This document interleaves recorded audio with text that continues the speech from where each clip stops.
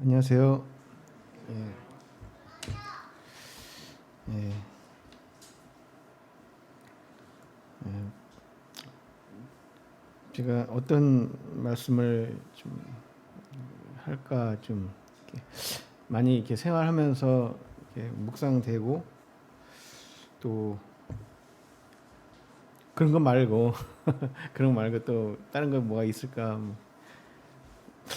사실 기도하면서 어, 성- 듣는 성도님들에게도 유익이 되고 저에게도 유익이 되면 좋겠다라는 그런 기도를 많이 합니다. 그래서 혼자만 좋으면 안 되잖아요. 그죠? 나눌 수 있어야 되고 성도들의 유익을 위해서 같이 그런 말씀을 준비할 수 있도록 위해서 기도하는데 좀처럼 잘안 그 기도 응답한 대로 좀 뭔가 좀 확 다른 어떤 내가 생각하지 않았지만 이를 주님께서 보여주셨다 딱 이렇게 하면 좋겠는데 또 그렇지 않더라고요. 그냥 그래서 생활 속에 늘 묵상하던 것 중에 하나를 좀 이렇게 요한 2주 정도 이렇게 좀 고민하고 좀 나름대로 이제 성경을 읽어보고 이렇게 했던 내용들인데요. 오늘 제목은 그 로마에 전하는 복음이라는 내용입니다. 로마서를 위주로 이제 말씀을 준비했는데요.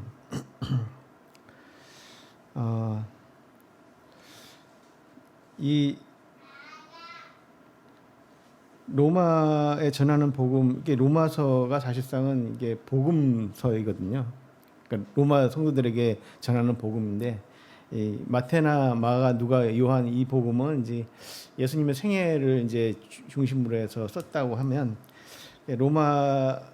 로마서는 사실 그 사도 바울이 그 자신의 어떤 전하는 복음에 대해서 이제 그 논하는 그 내용입니다.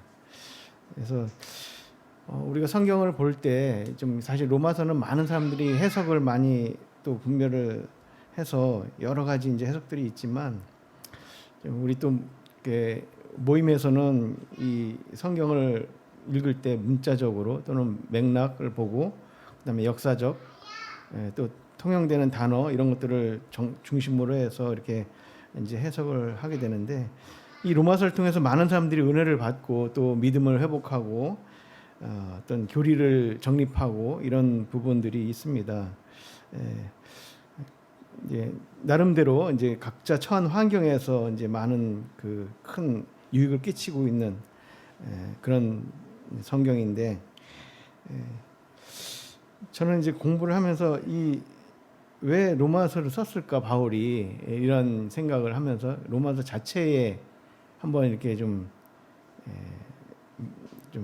공부를 좀 해보게 되었습니다. 그래서 로마서를 도대체 왜 썼고 로마서를 쓰는 이유는 그 대상이 누구였는지를 알게 되면 좀 이렇게 더 확실해지지 않을까라고 이렇게 하면서 사람들은 이제 로마서를 처음부터 끝까지 한번 계속 읽어봤습니다.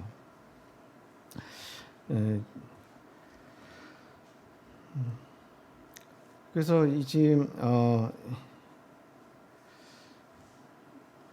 이 사실 이 로마서는 이게 성도들에게 쓴 글이잖아요.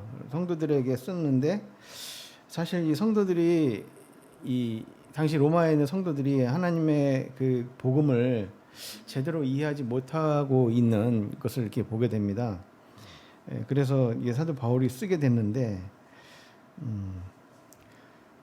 그러니까 우리 지금 먼저 믿은 성도들, 우리 지금 믿고 있잖아요, 다들. 우리 성도님들도 제 자신의 경험을 봐도 이 복음을 제대로 이해하지 못하니까 내가 구원 받은 다음에 생활에 대해서 좀 많이 이렇게 방향성이 없고 좀 그 어떤 그 비전이나 이제 어떤 주님의 나를 왜 구원했지라는 어떤 부르심이라든지 이런 부분에 대해서 약하고 그냥 나를 구원해 주시고 내 죄 사함 받은 것은 과거잖아요, 그죠? 과거에 주님이 일하신 일인데 그거는 주님께서 이제 이뤄 놓으셨고 주님의 은혜로 됐지만 앞으로 어떻게 살지 이 부분에 대해서는 현실이고 또 미래의 나를 생각해 볼 수밖에 없는 그런 삶의 입장에서 볼 때는 현재를 사랑하는 우리 입장에서 볼 때는 이 과거에 나를 위해서 죽어주셨던 나를 구원해 주셨던 이 주님 말고 뭔가가 필요하던데 그 뭔가를 당시 로마 성도님들은 찾지를 못하고 있었던 것이라고 이렇게 봐져요.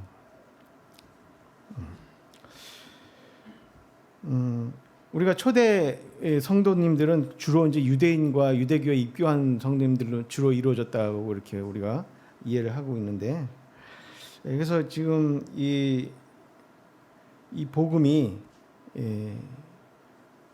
이 하나님의 복음이 이제 그 오순절날 그 유대교인들, 그러니까 유대력으로 이제 오순절을 지키기 위해서 예루살렘에 모였던 분들 많은 그 외국에서 왔고 또 이제 여러 지방에서 온 사람들이 이 베드로의 복음을 듣고 이제 각지로 이제 돌아갔겠죠. 그래서 사실 그 로마 교회 성도들은 사실 사도라든지 이제 뭐 이런 그 12제자들이 가서 전한 곳이 아니었어요. 그렇기 때문에 그들은 누구로부터 복음을 들었나라고 했을 때 사도행전 2장에 나와 있는 말씀처럼 우리는 로마로부터 온 나그네 곧 그 유대인과 또 유대교에 입교한 자들 그들이 이제 로마 성도들로 이제 이루어졌던 것을 보게 되죠. 그러니까 유대인과 유대교에 입교한 자들이 아니라면 오순절날 예루살렘에 올 일이 없잖아요, 그죠? 유대인의 어떤 그 명절을 지키기 위해서 예루살렘에 왔던 건데 그때 이제 베드로의 설교를 듣고 이 예수님에 대해서 이제 알게 되었고 예수님을 통해서 믿으면 우리가 회개하고 그리스도의 이름으로 세례를 받으면 죄사함을 받고 이제 성령을 선물로 받는다라는 이런 말을 듣고 많은 사람들이 이제 예수님의 이름으로 이제 침례를 받음으로써 그들이 이제 자신들의 어떤 길을 회개하고 주님 앞에 돌아오는 그러한 경험을 하고 이 사람들이 또 이제 로마로 돌아가서 교회를 이루고 있다라는 것을 우리는 알 수가 있습니다. 그렇지 않고는 이 사람들에게 어떻게 복음이 전해졌는지는 성경에 나오지 않기 때문에 그렇게밖에 이해할 수 없는데, 그런데 이제 문제는 이 성도님들이 유대인과 유대교에 입교한 이방인이지만 유대교에 입교한 사람들로 이루어졌던 이 로마 성도님들이 문제는 구원받고 나서 이제 그들은 이제 어떻게 지낼 건가 이런 문제죠. 네, 그런데 이제 아무래도 유대교의 영향을 많이 받습니다. 그들이 율법에 의해서 삶을 계속 지속해 왔기 때문에 그래 예수님께서 나를 구원해 주셨지만 이제 삶은 어떤 가르침을 어떤 교훈을 가지고 살아갈 수 있을까? 근데 없단 말이죠. 물론 성령님께서 가르쳐 줄 수도 있겠지만 지금 이제 사도 바울은 그러한 뜻에서 이제 이 로마서를 이렇게 썼던 것을 이렇게 보게 됩니다. 그래서 이제 이 복음이라는 이 말은 이제 로마서를 읽어보면 사실 이 복음이라는 말에 대해서 이제 복음을 자체적으로 설명하고 있지는 않아요. 복음이란 무엇인가? 그렇지만 분명하게 사도 바울은 로마 성도들에게 복음을 썼던 것을 분명히 알 수 있는데 우리 일단 로마서 1장을 한번 보도록 하겠습니다. 로마서 1장에 11절부터 이렇게 보겠습니다.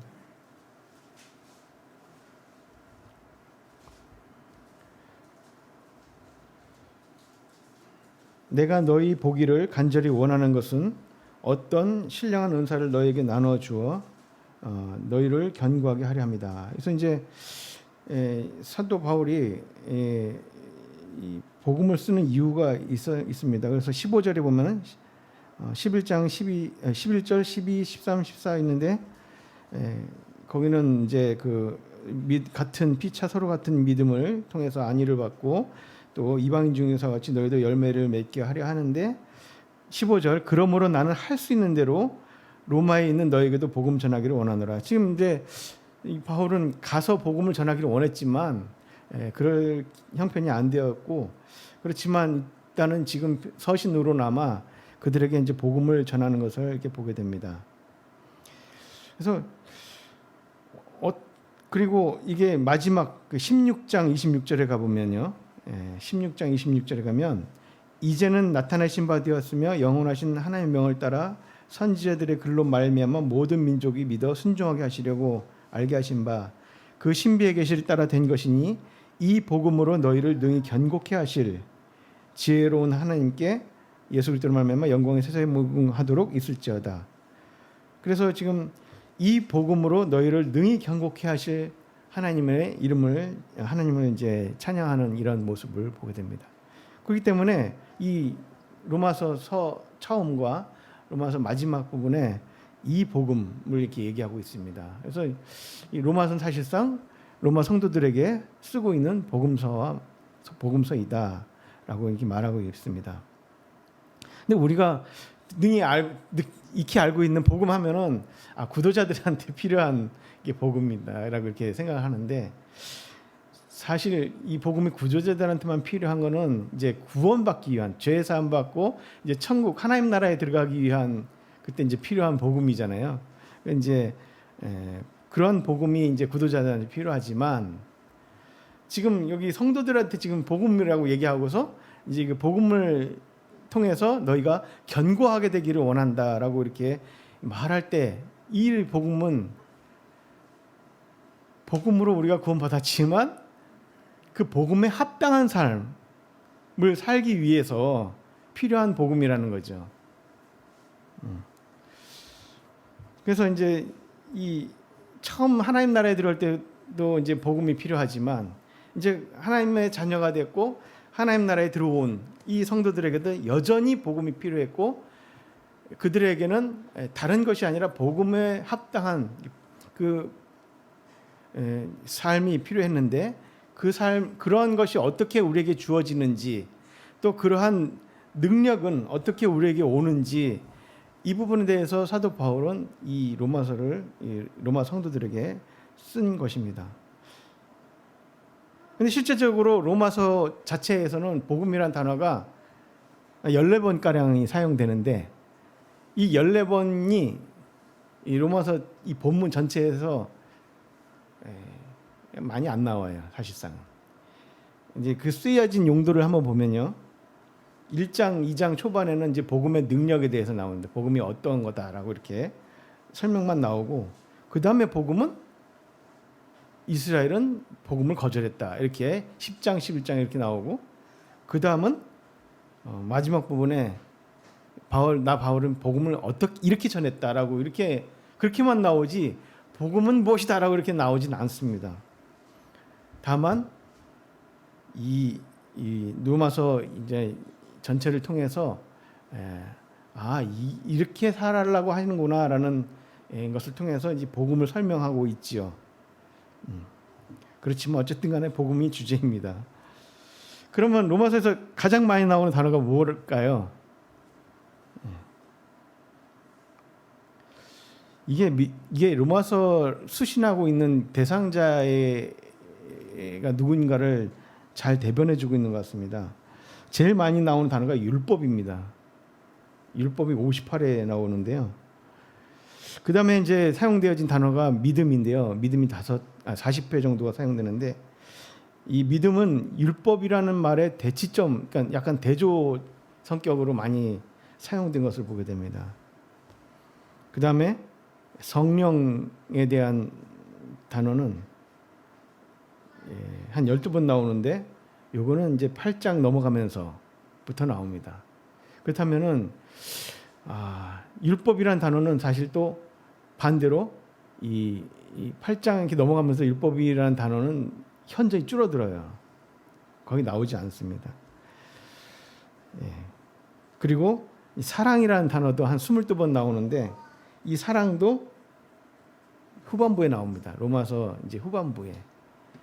물론 이제 앞에서 한 5장 정도에서 이제 한두 절 나오긴 하지만 주로 이제 12장 이후 또는 8장 이런 데서 이렇게 나오는데요. 자, 이런 것을 보면 율법이라는 단어가 제일 많이 나오는데, 그렇다면 이 로마 성도들은 율법에 대해서 잘 알고 있어야 된다는 거예요. 우리 지금 이방인인, 완전히 이방인인 우리한테 율법에 대해서 이렇게 얘기를 한다면 사실상 그건 좀 안 되는 거죠. 예? 사도 바울이 사도행전에서 이방인들한테 복음을 전하는 것과 또 유대인들한테 복음을 전하는 것이 달라요, 그죠? 예, 다른데 그는 율법을 알고 있는 유대인과 유대교인들, 그들에게 복음을 전하는 거하고 아예 모르고 있는, 창조주 하나님들 모르고 있는 사람들한테 율법을 얘기할 수가 없는 거거든요. 그렇다면은 로마서는 율법이라는 단어가 제일 많이 나오는데, 그렇다면 이 로마 교회 성도들은 율법에 대해서 다 알고 있는 사람들이라는 얘기죠. 그렇다면 이들이 유대인과 또 유대교에 입교한 사람들, 혹은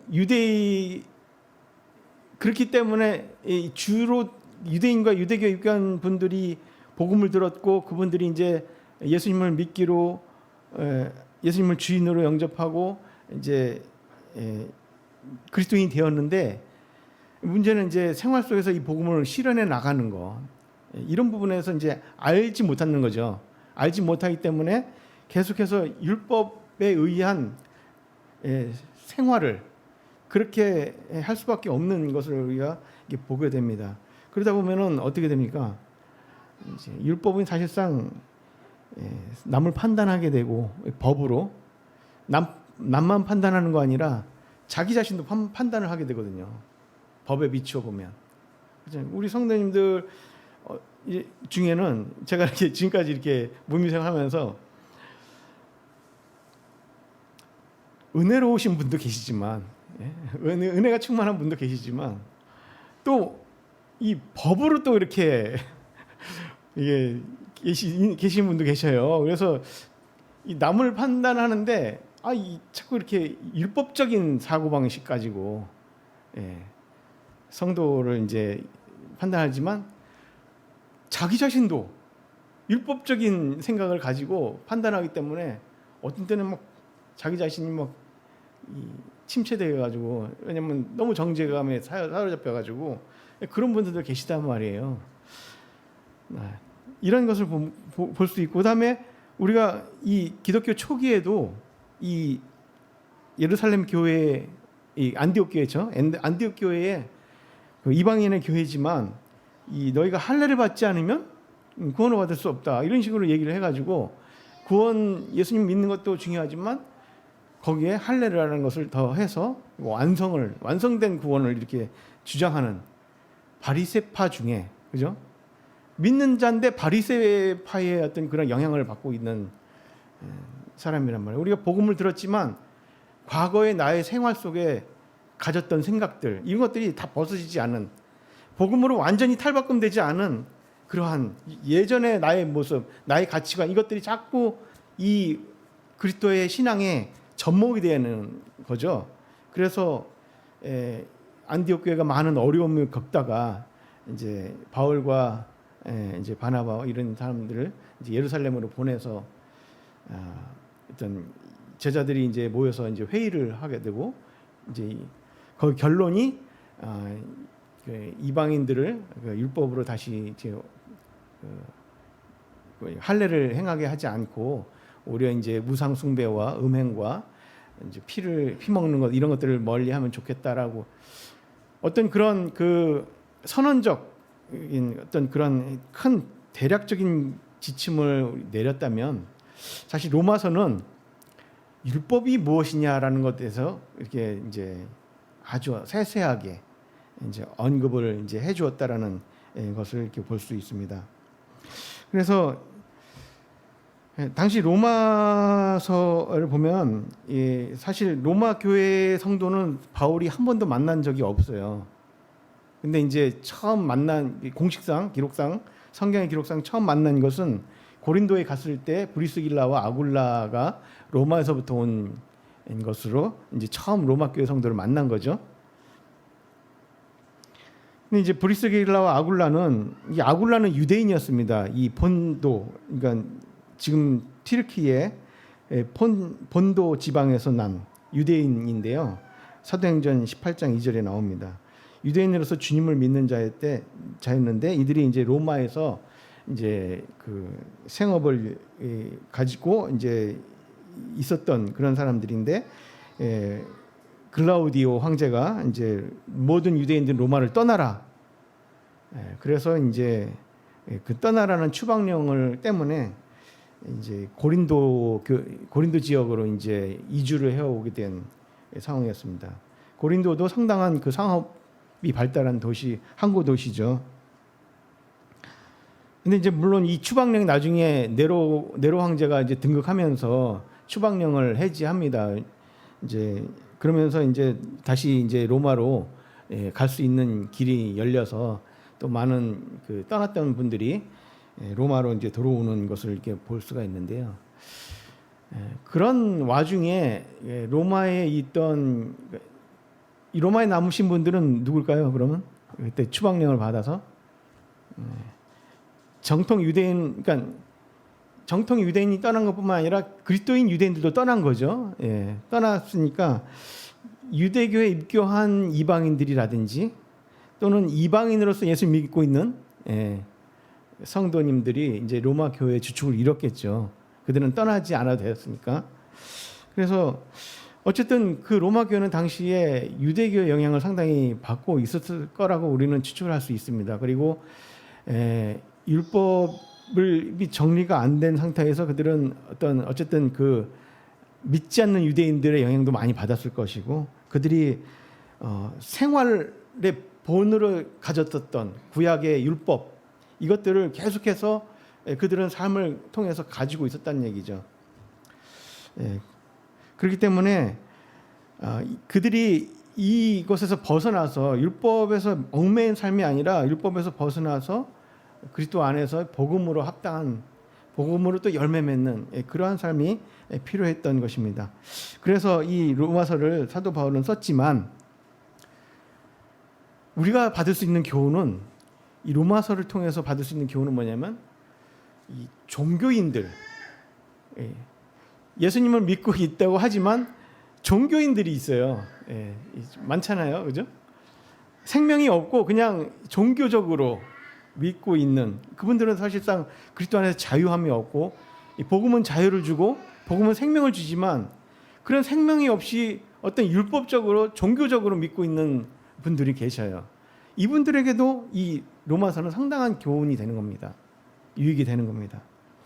그래서 이 로마서 사실상 어떤 그 일차적인 어떤 그 이방인인 우리한테 적용을 하고 막 우리가 율법을 어떻게 얘기를 하지만 그렇게 적용할 수는 없는 노릇이고 다만 이제 아예 하나님 모르는 사람들한테는 다르게 접근해야 되고 이 로마서 전체는 이 종교에 얽매여 있는 또는 그리스도를 믿고 있지만 거듭난 성도가 주님 안에서의 어떤 그런 자유함을 누리지 못하고 복음에 합당한 삶을 살지 못하고 복음으로 자기 자신을 이렇게 변화시켜가는 게 아니라 복음을 제대로 알지 못하기 때문에 어떤 자기 율법적으로 돌아가는 기독교인이지만 유대교식으로 믿고 있는 그런 분들도 많이 있는 것을 보게 됩니다. 그런 분들한테 필요한 또 로마 성경이 또 로마서일 수 있습니다. 모임에서도 보면은 상당히 이 개념이 이렇게 성전 같은 경우도 성전 얘기할 때도 보면은 이렇게 말 속에서 지금 유대적인 사상을 많이 갖고 있는 분들도 많이 계셔요. 거듭났지만 주님 안에 있지만 유대적인 사상. 그러니까 뭔가 이렇게 이 예배당 중심, 뭔가 이렇게 자꾸 이렇게 뭐 주일 성수, 막 이런 것들 다 유대적인 사상이죠. 그런 종교적인 사상에서 벗어나지 못하면 이게 주님께서 이렇게 흩어져서 복음을 전하고 뭐 이런 부분에 대해서는 상당히 어려움을 이렇게 느끼고 또 모임에서도 마찰이 많이 있는 것을 이렇게 보게 됩니다. 그래서 사도 바울은 그러한 그 로마 교회 성도를 그 브리스길라와 아굴라를 통해서 처음 만났는데, 당시 브리스길라와 아굴라만 이렇게 고린도 지역에 왔는데 그들만 온 게 아니죠, 그죠? 이제 로마 교회 성도들 중에 많은 유대인 성도들은 뭐 아시아 지역에도 갔을 것이고, 또 뭐 다른 에베소나 데살로니가나 뭐 이런 데도 갔을 거 아닙니까? 그러면서 이제 그 바울의 어떤 그러한 설교나 바울의 가르침들을 접했을 겁니다. 그렇다 보면 율법에 좀 익숙했던 이분들이 아마 바울의 말이 율법을 폐지하자는 건가, 막 이렇게 율법은 소용이 없다는 건가, 이렇게 해서 아마 오해도 있었던 것을 보게 됩니다.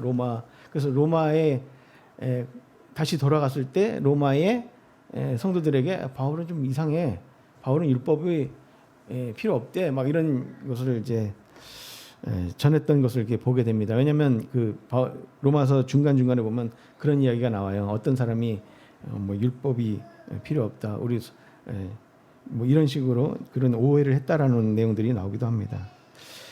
자, 그럼 이런 상황에서 지금 유대인들의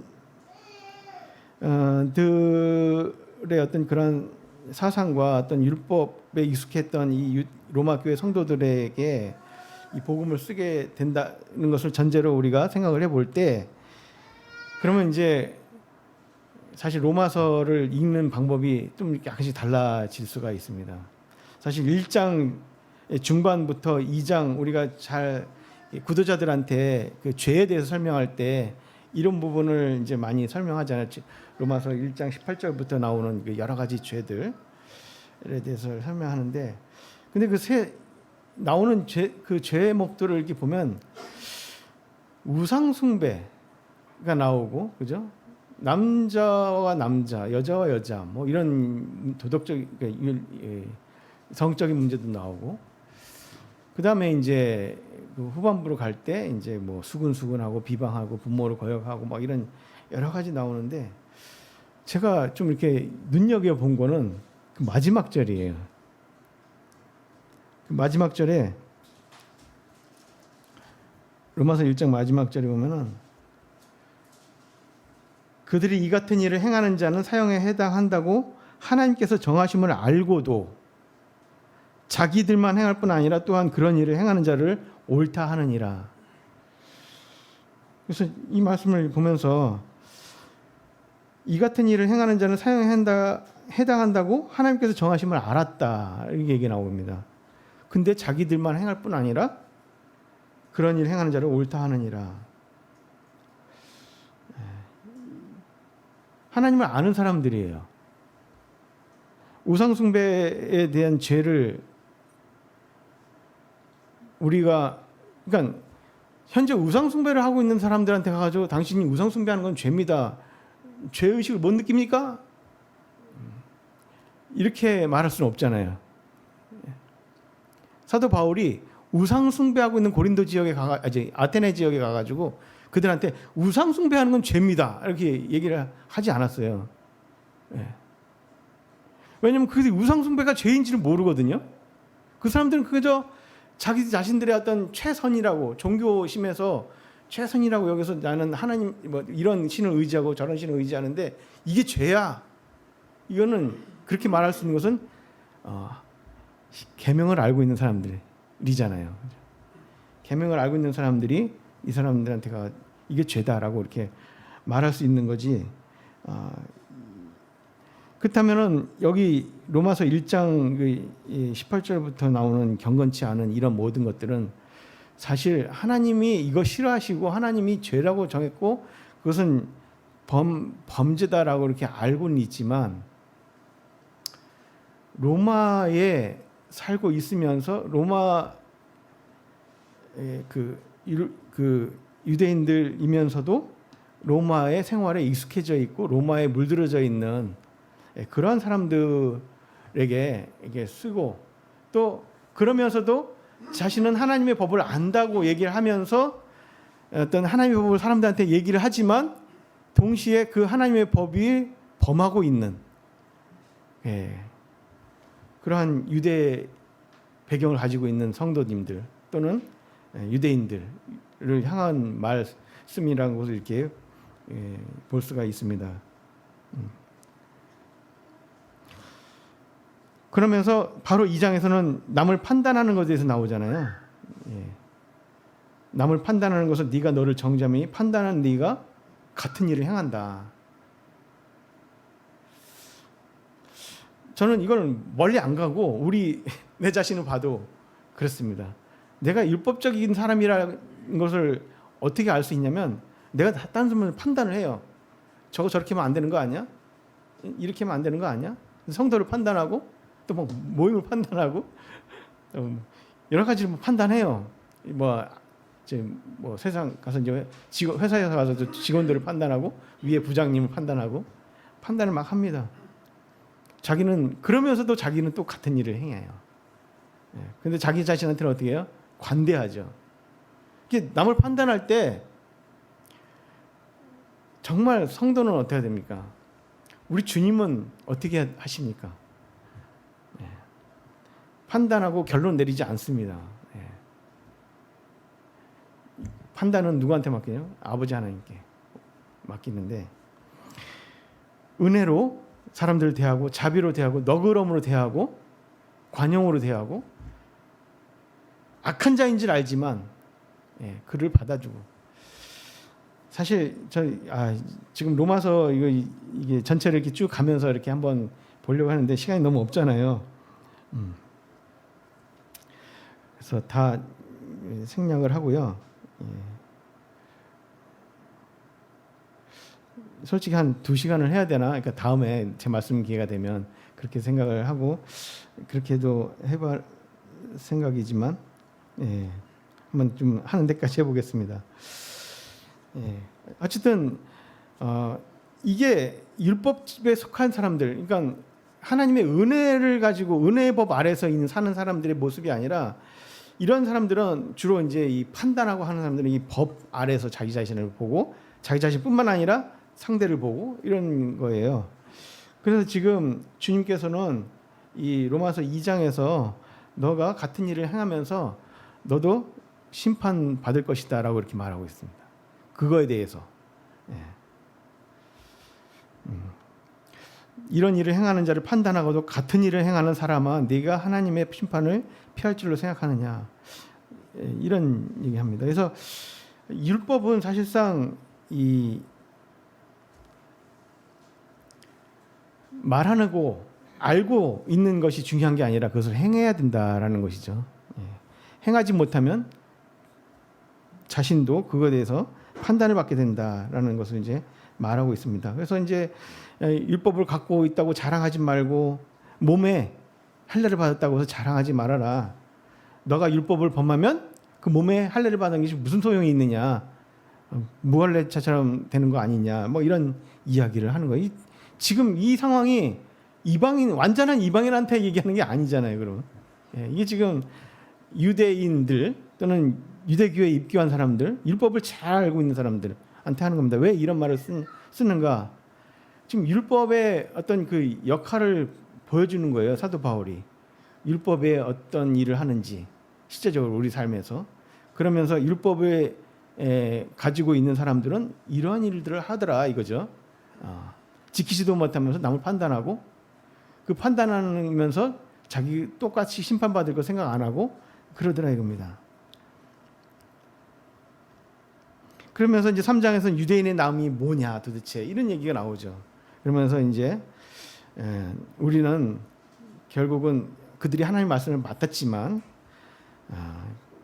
그 율법을 우리를 의롭게 해주지 못하고 오히려 헬라인과 같이 모두가 율법 아래, 죄 아래 갇혀서 심판 아래 있다 이런 얘기를 합니다. 그러면서 이제 사도 바울은 율법 외에 한 의를 이제 얘기를 하죠. 그러니까 율법 지금 그러니까 이 로마 성도님들이 구원은 받았지만 어떤 생활의 기준이 없는 거잖아요.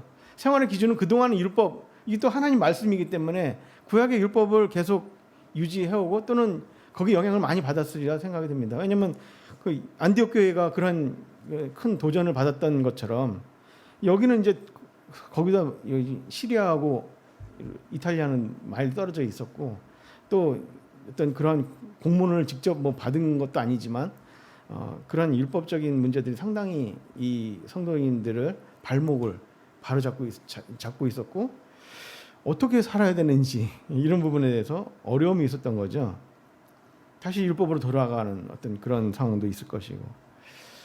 그래서 이 사도 바울은 이제 본격적으로 율법 외에 하나님의 한 의를 설명하게 됩니다. 그러면서 이제 그 의롭게 되는 것이 뭐냐면 믿음으로 의롭게 되는 것이다라고 얘기하면서 율법 외에 이것은 하나님이 어떻게 증거를 보여주셨냐면 아브라함을 통해서 증거를 보여주셨다. 율법이 있기도 전에 아브라함은 어떻게 의롭다함을 얻었느냐? 하나님은 믿음으로 의롭게 되었다. 그가 믿음이 견고해지고 약해지지 않고 견고해짐으로써 하나님께 영광을 돌렸다. 근데 율법을 가지고 우리가 하나님께 영광을 돌렸다? 예. 그런 얘기는 들어보지 못했던 거죠. 오히려 믿음으로 아브라함은 하나님께 영광을 돌렸던 이런 모습을 보게 됩니다. 그래서 믿음으로 의롭게 된다. 율법은 우리를 의롭게 해줄 수가 없다라는 것을 이제 그래서 이제 믿음이 율법의 대칙점에 이렇게 넣어져 있는 것을 이렇게 보게 됩니다. 그래서 5장을 이제 가면은 이제 하나님께서 자기의 사랑을 우리에게 확증하셨는데 바로 이게 그리스도의 죽음을 통해서 그 사랑을 우리에게 부어주셨다라고 이렇게 말하고 있고 예수님의 의의 한 행동으로 말미암아 우리가 이제 생명 안에서 왕노를 산다라는 이제 이야기를 합니다. 좀 빨리 넘어가겠습니다. 그래서 우리가 연약할 때 죄인 되었을 때 그의 피, 그의 죽으심으로 하나님께서 자기의 사랑을 확증하셨다. 예수님을 통해서 우리를 사랑하신 것을 확증하셨다라는 거죠. 우리가 그 율법을 지키지도 못하고 율법대로 살 수 없는 그럴 때에 우리가 죄인으로 있을 때 연약해서 우리가 할 수 없을 그때에 하나님은 그럼에도 우리를 사랑하셨는데 어떻게 사랑하셨냐? 예수 그리스도 아들을 내어주심으로써 우리를 자기와 화목하게 했다. 여러분들이 율법을 지켜서 화목하게 된 게 아니라 하나님께서 예수 그리스도를 범죄한 우리, 연약한 우리를 위해서 그를 경건치 않았던 우리를 위해서 십자가에 화목제물로 내어주셔서 우리로 하여금 자기와 화목하게 하셨다 이거죠. 그러니까 율법이 우리를 화목하게 해준 게 아니었구나 이거죠. 그래서 하나님과 화목하게 한 것은 바로 예수 그리스도를 말미암아 우리가 화목하게 되었다 이렇게 말하고 있습니다. 그러면서 이제 그 죄가 왕노릇하게 된 이유, 아담 안에서 왕노릇했던 것이 이제는 생명이 예수님 안에서 예수님의 의의 한 행동으로 말미암아 이제 생명이 왕노릇한다 이렇게 이제 설명을 하고 있습니다. 6장을 넘어가면서 이제 6장에서부터는 좀 어투가 달라요. 지금까지 이렇게 설명을 해왔다고 생각하면 6장부터는 뭔가 이제 깨우치고 이렇게 행하라고 이렇게 어떤 원리를 이제 설명을 합니다. 그게 뭐냐면 이제 그리스도와 함께 하는 삶이 어떻게 이루어질 수 있는가라는 것을 이제 설명하는데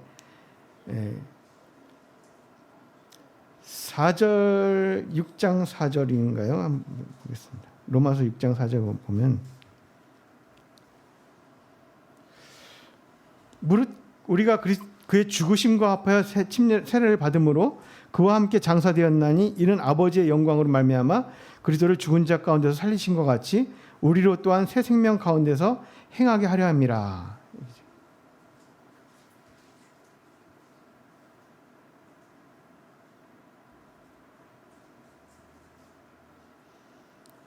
지금 거기 그 6장 3절에 보면은 무릇 그리스도 예수와 합하여 세례를 받은 우리는 그의 죽으심과 합하여 세례를 받음으로 받은 줄을 알지 못하느냐라고 이렇게 이야기하고 있습니다.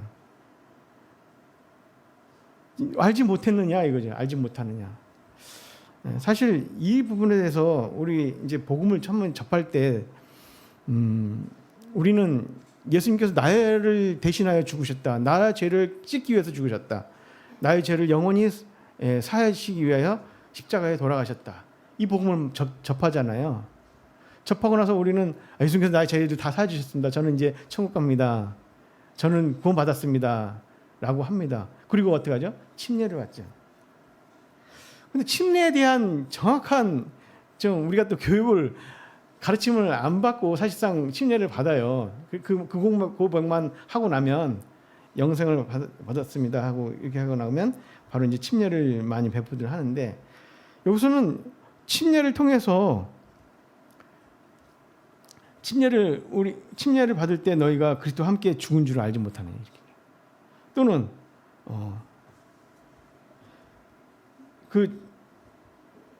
그의 부활하심과 같은 모양으로 살 줄을 알지 못하느냐.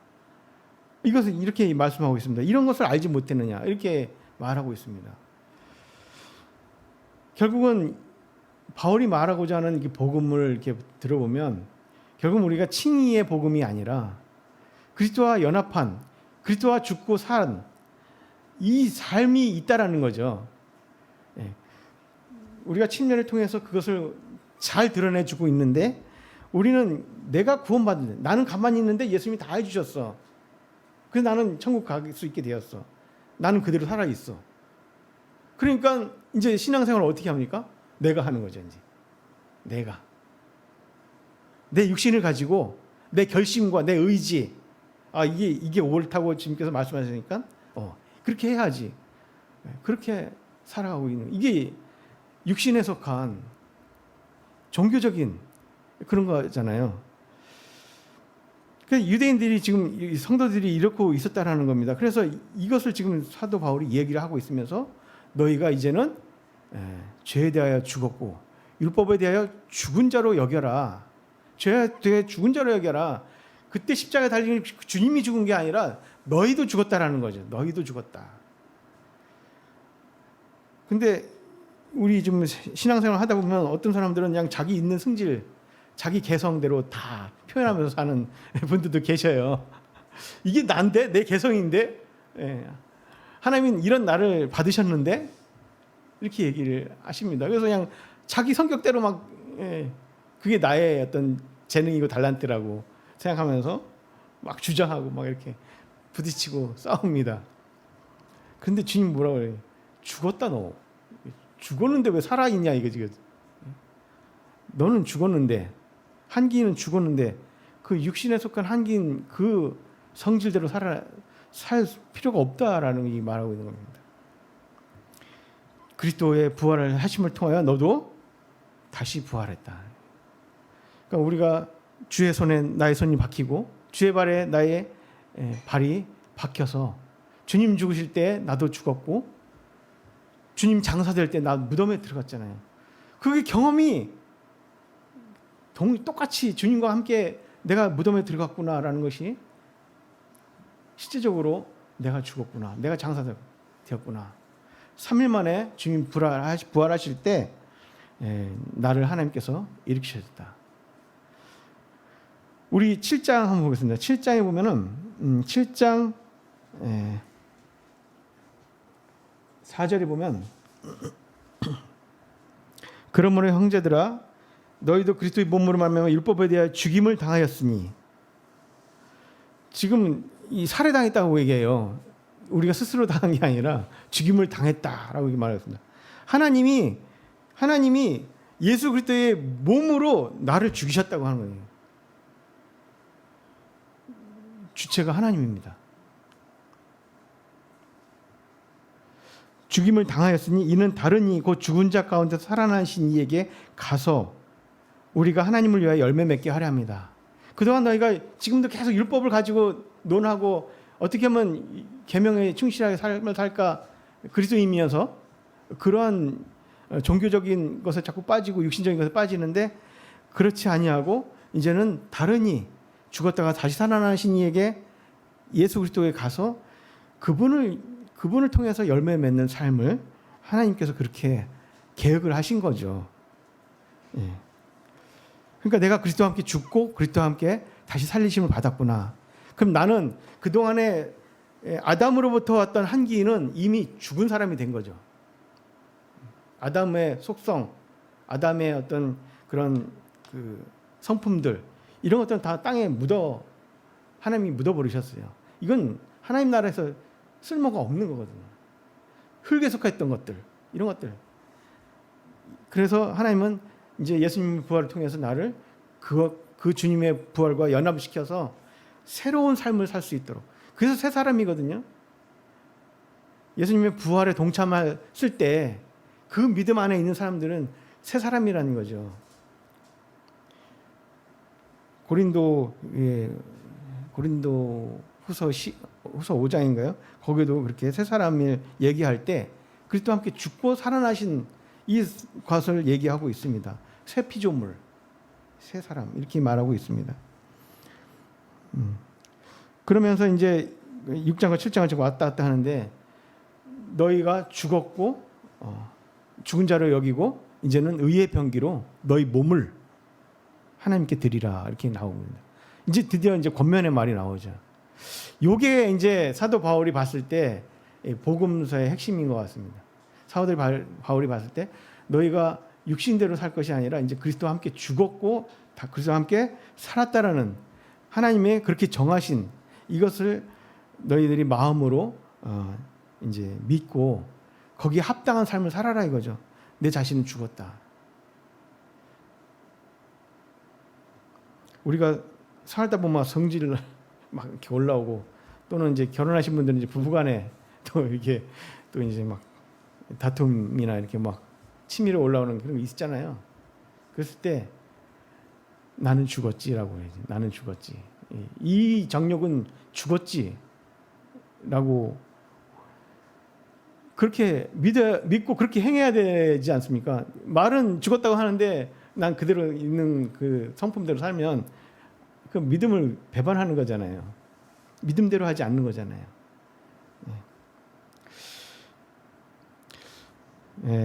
마무리하겠습니다. 시간이 이제 12시 좀 넘었는데요. 자, 이제 이러한 말씀을 이제 6장을 지나고 이제 6장 후반부에서는 이제 그러므로 너희 몸을 이제 우리의 사람이 바뀌었기 때문에 몸을 이제는 하나님의 의의 병기로 드리라 이렇게 얘기하는데 사실 그렇다면은 우리가 알 수 있는 것은 실제적으로 우리가 이 믿음 안에서 내가 그리스도와 함께 죽고 그리스도와 함께 다시 살았다라는 살리심을 받았다.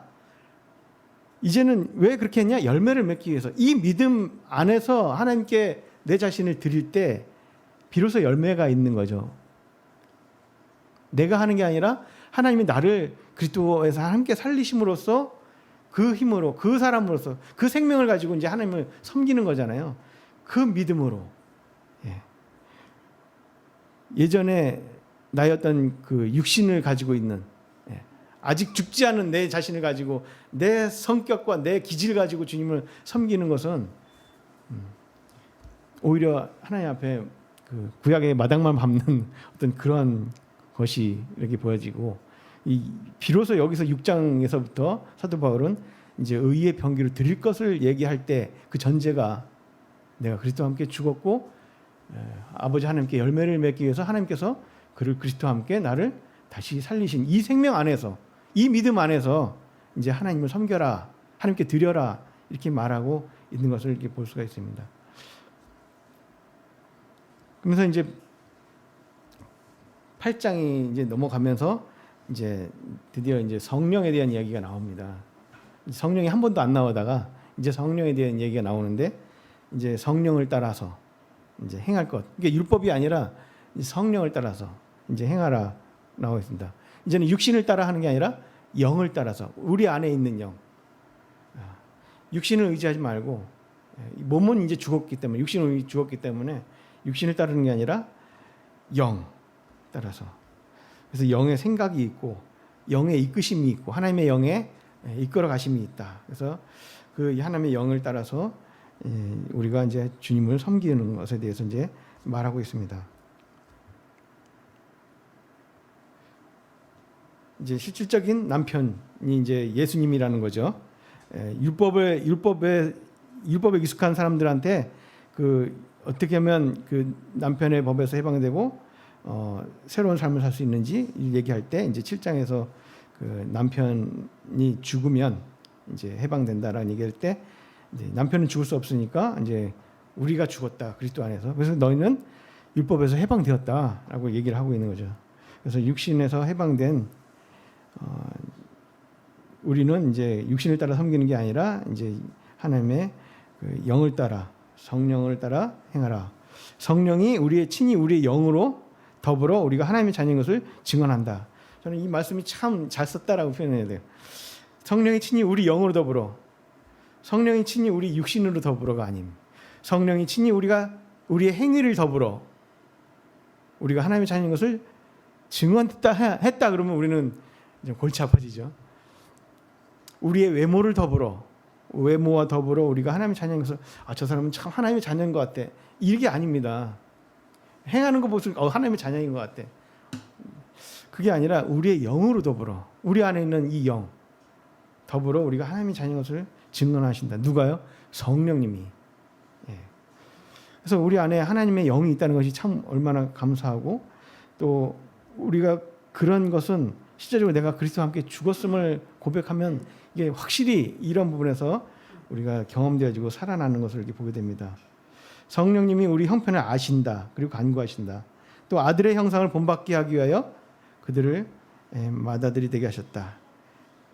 그래서 어떤 율법적인 완전을 추구하는 게 아니라 우리가 도덕적 완전을 추구하는 게 아니라 그리스도인들은 이제 거듭난 성도들은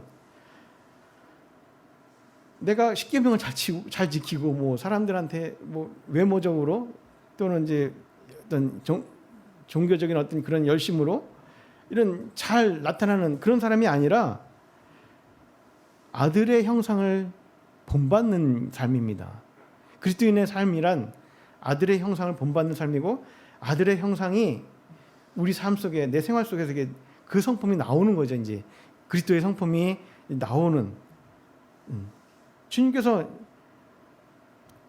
그렇게 되게 하셨다고 했잖아요. 아들의 형상을 본받게 하기 위해서. 예수님은 어떻게 했다고요? 맏아들 되게 하셨다. 큰아들 되게 하셨어요. 그럼 우리는 그 큰아들을 보고 쫓아가면 되는 거죠. 그래서 그리스도의 성품을 이루는 것이지 어떤 율법이나 도덕적으로 완전한 삶이 되는 게 아니다. 근데 자꾸 율법이나 도덕적인 걸 가지고 자꾸 자기를 재단을 하는 사람, 이게 그렇게 할 수가 없는 거죠. 그렇게 하지 말고 우리는 그리스도 안에서 주님을 본받는 삶을 살아야 한다.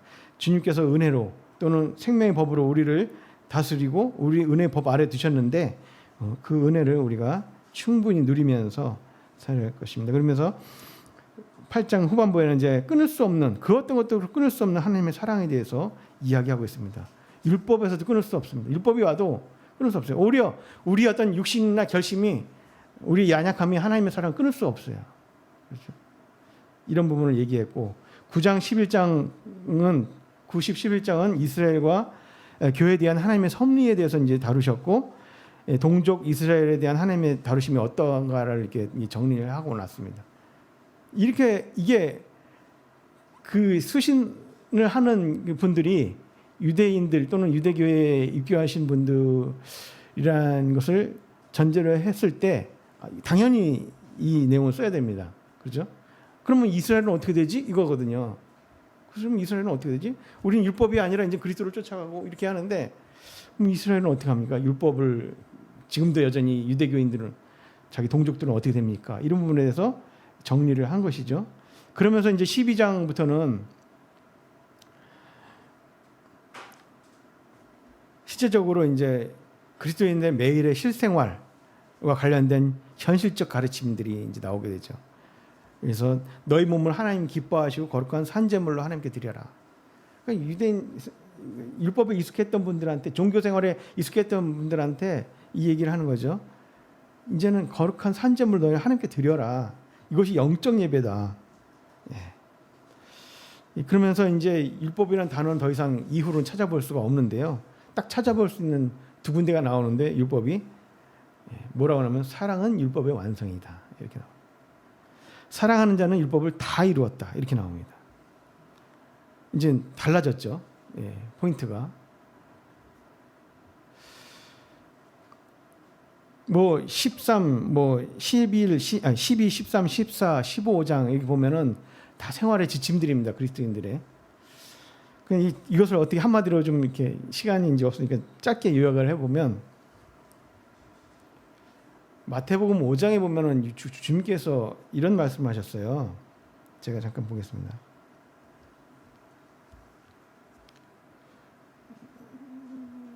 마태복음 5장에 보면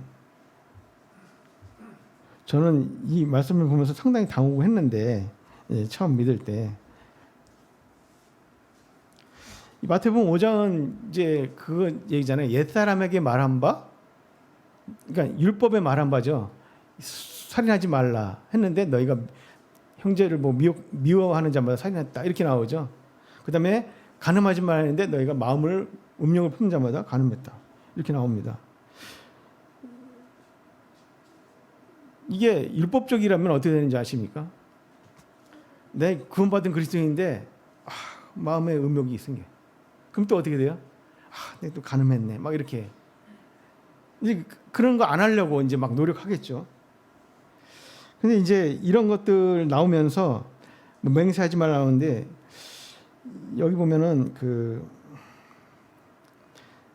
38절에 보면 눈은 눈으로 갚고 이는 이로 갚아라 하였다는 것을 너희가 들었으나 나는 너희에게로는 악한 자를 대적하지 말라 누구든지 내 오른뺨을 치거든 왼편도 돌려대며 이렇게 말하고 있습니다. 너를 고발하여 속옷을 가지고 가고자 하는 자에게 겉옷까지 가지고 가게 하며 억울한 고발을 당했는데 그 억울한 고발을 당해서 속옷까지 뺏는 자에게 겉옷까지 가져가게 해라 이렇게 얘기하고 있습니다. 오리를 가려고 하면 십리를 동행하라 뭐 이렇게 나오고 있습니다. 너에게 꾸고자 하는 자에게 구하는 자에게 주며 꾸고자 하는 자에게 거절하지 말라. 43절에 내 이웃을 사랑하고 내 원수를 미워라. 이게 옛날에 율법은 그렇게 나와 있는 거예요. 내 이웃을 사랑하고 내 원수를 미워라 하였다는 것을 너희가 들었으나 나는 너희에게 미워라. 지금 나는 누구냐면 그리스도 우리 예수님이세요. 이스라엘의 왕. 그죠? 지금 이 왕께서 법을 제정하는 거예요. 지금 법을 제정하고 있는데 원수를 사랑하며 너희를 박해하는 자를 위해 기도하라 이렇게 나오고 있습니다. 45절이 참 중요합니다. 이같이 한즉 하늘에 계신 너희 아버지의 아들이 되리니 이는 하나님이 그 해를 악인과 선인에게 비추시며 비를 의로운 자와 불의한 자에게 내려주심이니라.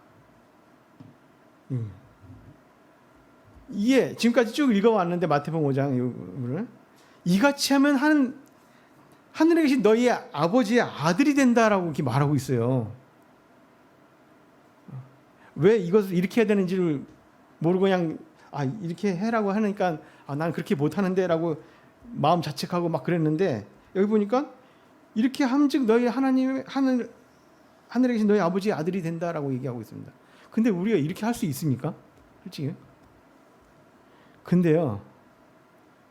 로마서 12, 13, 14, 15를 보면 실제적으로 이렇게 하고 있어요, 지금. 원수를 대적하지 말라. 근데 거기에 13, 14, 15를 보면은 다 내용들이 그런 내용들이에요. 할 수 있다라는 거예요. 할 수 있다라는 거. 원수를 위해 기도하고 원수를 사랑하고 오히려 그를 판단하지 않고 판단을 하나님께 맡기고 형제들을 사랑하고 믿음이 연약한 그 형제들을 믿음이 강한 자들이 받고 용납하고 이런 모습들이 12, 13, 14, 15장에 다 있어요. 실제적으로. 그렇게 사도 바울이 가르침을 이렇게 내놨습니다. 실제 생활할 수 있는 국가에 대한 것도 나오고 악한 자들을 어떻게 대할 것인가에 나오고 그렇다면 뭡니까? 그것이 하나님의 아들들의 합당한 죽은 자 가운데 살리심을 받은 자들의 합당한 삶의 모습이다라는 거죠. 바로 그리스도의 모습, 그리스도의 모습이고 하나님의 아들의 형상을 담는 모습이다라는 것이죠. 15장까지 보면은 그런 큰 제목들만 한번 살펴보면 그런 내용들이었습니다. 그래서 지금 마태복음 5장에 있는 이런 내용들은 우리가 그리스도와 연합함으로써 연합한 믿음 안에서 이뤄나갈 수 있는 내용들이다라는 것을 우리는 결론을 얻을 수가 있습니다. 그래서 이 마태복음 5장을 우리가 그냥 육신에 있는 상태로 그러한 칭의에만 이제 머물러 있는 상태에서 봤을 때는 도무지 이룰 수가 없는, 그러나 우리는 내가 그리스도와 함께 죽었다가 그리스도와 함께 다시 살리심을 받았다, 난 그 믿음 안에서는 이런 것들이 충분히 가능한, 그래서 아들의 형상을 본받고 그 하나님의 형상, 하나님께서 기뻐하시는 아들들로 나타날 수 있는, 최종적으로는 그러한 모습으로 하나님께서 이끌어 가시는구나라고 보게 되었습니다. 그래서 로마서를 전체를 이렇게 살펴보면서 바울이 그래서 로마에 있는 성도들에게 전하는 복음은 바로 이 그리스도와 연합한, 그리스도와 함께하는 그런 복음이었다는 것을 우리가 이제 알 수 있게 되고, 마찬가지로 이것도 우리에게 오늘날 적용해 본다면 내 힘과 내 능력으로 사는 게 아니라 하나님께서 이미 나를 심판하고 정죄해서 나를 이미 장사까지 지낸 사람이라는 거죠.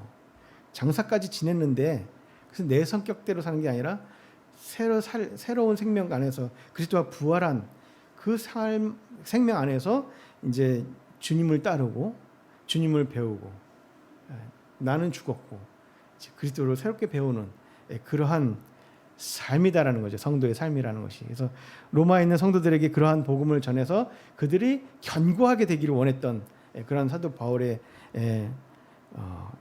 기원함이 이제 우리 현 시대를 살아가는 성도들에게도 똑같은, 물론 율법은 이제 아니지만 육신에 속한 이런 삶에서 벗어나서 이제는 그리스도와 연합한 그러한 새 생명 가운데, 새로운 부활한 가운데의 삶을 이제 사는 것이 그리스도인에서 합당하다. 그래서 그 생명 안에서 나를 바라보고, 부활한 자로서 나를 바라보고, 또 부활한 자로서 내 주변을 바라보고, 그러면 하나님의 인자하심 같이 너희도 인자하게 된다라는 것을 우리는 알 수 있습니다. 하늘까지 올라가신, 우리 에베소서는 하늘까지 올라갔다고 그랬잖아요. 하늘까지 올라가서 다시 내려왔을 때 그리스도의 마음을 가지고 내려오는 거잖아요. 근데 하늘까지 올라가지 않은 사람은, 이 세상에서 먹고 사는 문제를 계속 한 사람이 어떻게 종의 마음을 가질 수 있습니까? 그럴 수 없죠. 그리스도와 동등한 마음, 그리스도의 마음을 품을 수 있다는 것은 그리스도께서 하나님의 아들로서 하늘에 있다가 스스로 종되어서 내려오신 거잖아요. 그 부유함 가운데 있다가 내려오시는데, 나도 그리스도와 함께 죽었다면은, 그리스도와 함께 일으키심을 받았다면, 또 그리스도와 함께 하늘에 안침바 되었다면, 우리는 그러한 신분과 그러한 위치에 있는 사람들이 세상의 어떤 그 작은 일들로 화를 내고 또 서로 배척하고 또 다르다고 해서 또 이제 분리가 되고 이런 것이 아니라 다 포용할 수 있는, 하늘에 계신 너희 아버지가 악인과 선인에게 비를 내리시는 그러한 인자하심 같이 너희도 그렇게 인자하라는 거잖아요. 그렇게 할 수 있다는 것은 우리가 내가 누구냐? 나는 그리스도와 함께 살리심을 받은 하나님의 아들이다. 이러한 믿음 안에서 우리가 모든 것을 바라보고 행해야 할 줄로 믿습니다. 마치겠습니다.